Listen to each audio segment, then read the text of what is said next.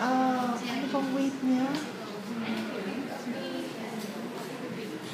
155 cm.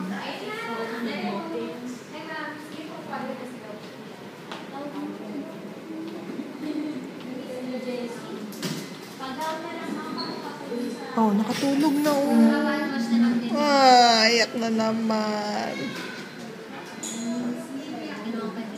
Ay, malaking bata to, Wedge. Ay, gutom. Pero hindi sila pwedeng kumain 24 hours. Iba ka nakakain ng pupo. Kunti lang. Otherwise, naka-dextrose yan. Kaya siya nakaganon, doon na ini-injection na yun.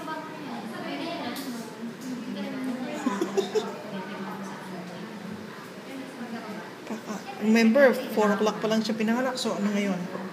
6. 2.5 hours pa lang siya. 5, 6. 2.5 hours pa lang siyang buhay. Laki naman kamay yan. Oo, laki, no? Hahaba. Tsaka mahaba siya. Thank you.